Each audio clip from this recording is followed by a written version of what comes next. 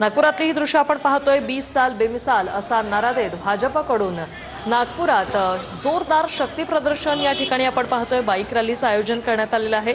120 जागांचं लक्ष नागपुरात भाजपकडून ठेवण्यात आलेलं आहे। तर ही बाईक रॅली खरं तर आकर्षणाचा विषय। मुख्यमंत्री देवेंद्र फडणवीस स्वतः या ठिकाणी बाईक चालवताना आपण पाहतोय। हेल्मेट घालून ट्रॅफिकचे सर्व रूल्स फॉलो करून स्वतः मुख्यमंत्री या बाईक रॅलीमध्ये सहभागी झालेत। शिवाजी पार्कच्या ऐतिहासिक सभेनंतर आत्मविश्वास वाढला मुंबई काबीज कराल म्हणून। आत्मविश्वास पहिल्या दिवशीपासून आहे। मुंबईकरांवर पूर्ण विश्वास आहे। मुंबईकर महायुतीच्याच पाठीशी आहेत। तर मुंबईकर महायुतीच्या पाठीशी आहेत अशी प्रतिक्रिया फडणवीसांनी नागपुरातून दिलेली आहे। सध्या ही लाईव्ह दृश्य आपण या ठिकाणची पाहतोय। बुलेट चालवतायत मुख्यमंत्री फडणवीस। अनेक बाईकर्स या बाईक रॅलीमध्ये सहभागी झालेले आहेत। तर महिलांचा देखील या रोड शोमध्ये मोठ्या प्रमाणात सहभाग आपण पाहतोय। ठिकठिकाणी मुख्यमंत्र्यांचं स्वागत केलं जात आहे। मोठमोठ्या कमानी उभारल्या गेलेल्या आहेत। अनेक कार्यकर्त्यांकडून फुलं उधळत मुख्यमंत्र्यांना हार घालत त्यांचं स्वागत केलेलं आहे। नागपूरमध्ये भाजप विरुद्ध काँग्रेस अशी थेट लढत आहे आणि 120 जागांचं लक्ष भाजपकडून ठेवलं गेलंय। भाजपसाठी ही प्रतिष्ठेची लढत आहे। मला वाटतं जो न रहा राम का वो न किसी के काम का, और जो ना राम का वो हिंदुओं के लिए हराम का।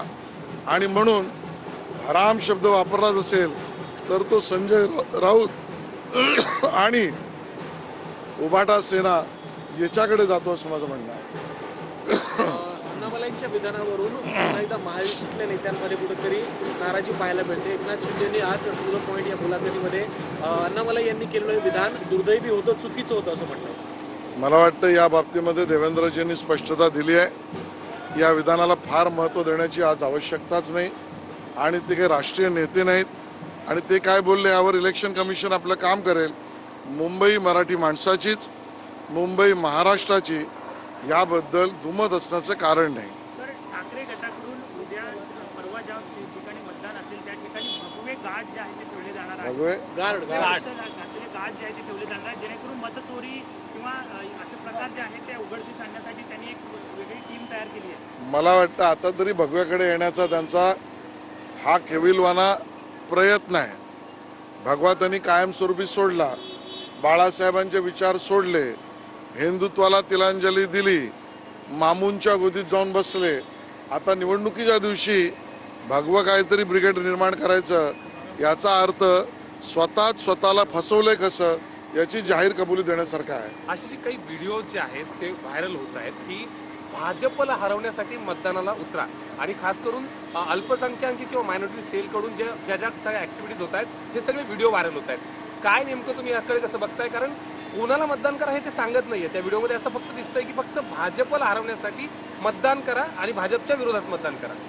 आमचीच भीती त्यांना आहे, देशभक्तांची भीती आहे आणि बांगलादेशी रोहिंग्यांच्या समर्थनार्थही लोक आहेत। हे SIRला विरोध करतील, तिथले बांगलादेशी रोहिंगे काढायला यांचा विरोध असेल आणि भाजप त्या बाजूने आहे की अवैध मतदार निघाले पाहिजेत म्हणून भाजपचा पराभव करा अशा स्वरूपाचा त्यांचा प्रयत्न आणि व्हिडिओ आहे। मुंबईकर त्याला थारा देणार नाहीत। दक्षिण मुंबईतल्या विल्सन कॉलेज मधल्या दक्षिण मुंबईतल्या वरळीत सुद्धा पैसे वाटपाचा प्रकार समोर आलाय। वरळीमध्ये सुद्धा सर ठाकरे गटावरती पैसे वाटप केल्याचा त्याला मध्यरात्री काही व्हिडिओज देखील त्या संदर्भातले समोर आले। बघा, जो कोणी गुन्हा करेल त्याला शिक्षा झाली पाहिजे। निवडणुका निष्पक्षच असल्या पाहिजेत। खबरदारी घेतली ही पाहिजे की बऱ्याचदा काही वेळा विरोधी पक्ष अशा पद्धतीचे खोटे व्हिडिओही करत असतो, पण जो गुन्हा करेल त्याला शिक्षा झालीच पाहिजे। दक्षिण मुंबईतल्या विल्सन कॉलेजची 10,000 स्क्वेअर मीटरची जी एक जागा आहे ती जैन कबूतरखान्याला, जैन जिमखान्याला देण्याचा प्रकार समोर आलाय आणि खऱ्या अर्थानं या संदर्भात स्थानिकांनी आंदोलन केलं होतं तरी सुद्धा हा प्रकार घडलाय। आता त्या ठिकाणी कबूतरखाना बसवावा आणि मुख्यमंत्री